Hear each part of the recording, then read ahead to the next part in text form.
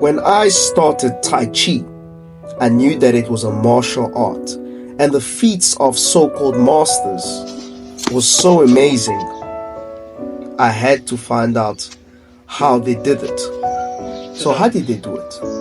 The so-called secrets, like most things, are all in the fundamental exercises or the principles whose true meanings have always been kept a secret, and this has caused the quality of the arts to diminish to nothing but a useless dance.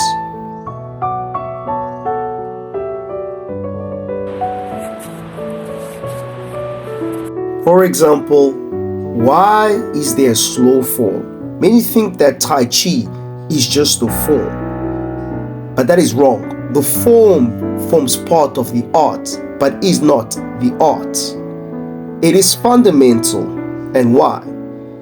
In some lineages, there is also a fast form, but the slow form is what beginners start with. Moving slow helps one in maintaining a sense of sung, which is basically the principle of relaxing the muscles and adhering to Tai Chi principles. By relaxing the muscles, you're getting rid of the excess tension.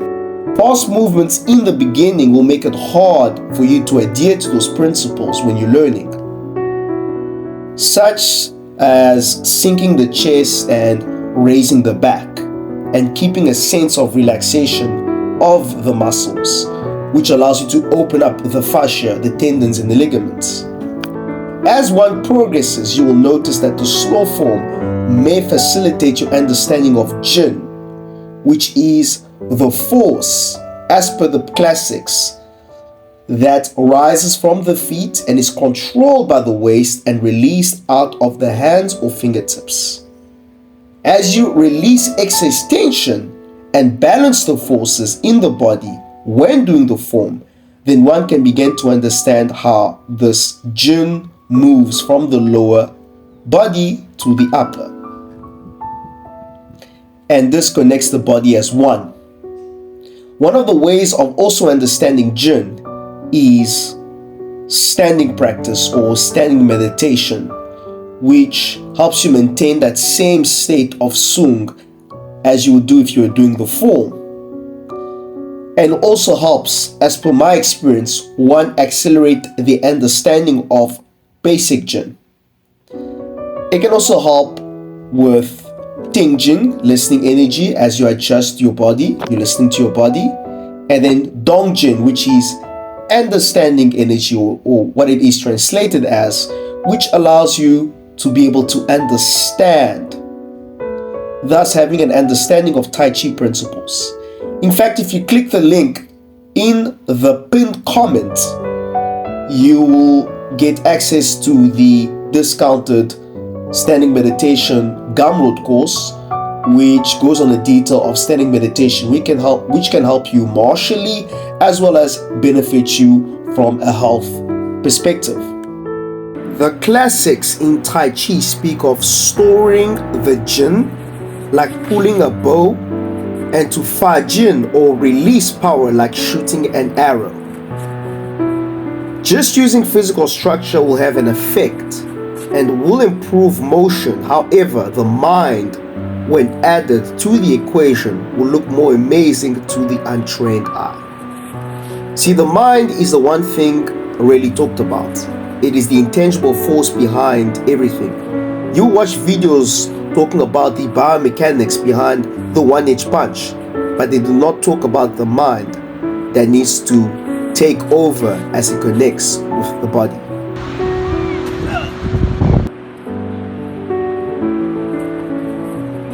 So like I said earlier, through the practice of standing meditation, you begin to understand or develop a greater understanding of these concepts. The feet coordinating with the hands, the knees with the elbows, and the hips or waist with the shoulders. The deep fascia, tendons, ligaments must be flexible in order to be more effective. The tendons are usually not tense in the beginning and may tense slightly at the end. Say when you punch, or if you reach your target, or upon impact. The efficiency of the movement, whether the movement is short or long, there must be no extra movement, as this indicates a lack of alignment or harmony.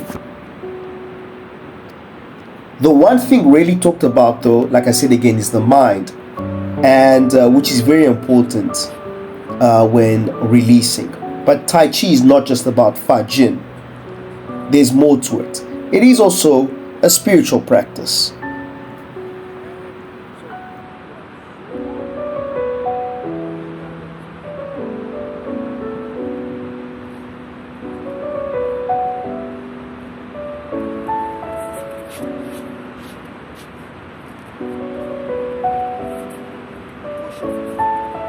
So through the practice of standing meditation, and you can learn more about this again if you click the pinned comment, or you have a look at the description for the Gumroad course on standing meditation, which is at a discounted price, limited to 100 people, I forgot to say. You'll get an understanding of, does Tai Chi build power? Yes, Tai Chi and all styles of Kung Fu have exercises and methods to train and refine one's power. With Tai Chi, it doesn't really necessarily always have to be explosive as with Fa Jin or the expression of Jin. And you learn that with standing meditation. And one of the things you first learn, or the basics, is the use of the ground to generate power, whether it be kicking, punching, or even breaking an opponent's bones. An example, so you may get a visual, is obviously the Bruce Lee's one-inch punch, which amazed Western audiences at the time. And it is seen by those who do not dig deep as the holy grail of martial arts. But it is not. There are levels, and that is why one needs to train to attain them, these levels, or further understand how the body and the universe works.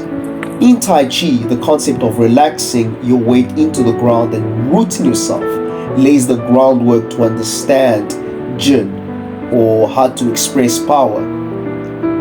Like the classic says, the lower body controls the upper body. This is one indication.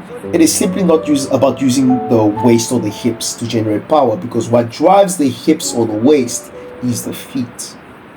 And as you sink or release the mind onto your feet and into the ground, there is a reactionary force from the ground that spirals up, and then the hips or waist may turn, say when you punch, or if they're facing the opponent, that is the direction. That is why it is the commander, because how your hips are positioned assists with the direction of the force. Sinking is what causes the momentum of the motion, and it is like a screwdriver. To screw something in, one uses a downward force, and as one side of the screw goes down one way, the other side goes up. Yin and yang, which when together forms Tai Chi.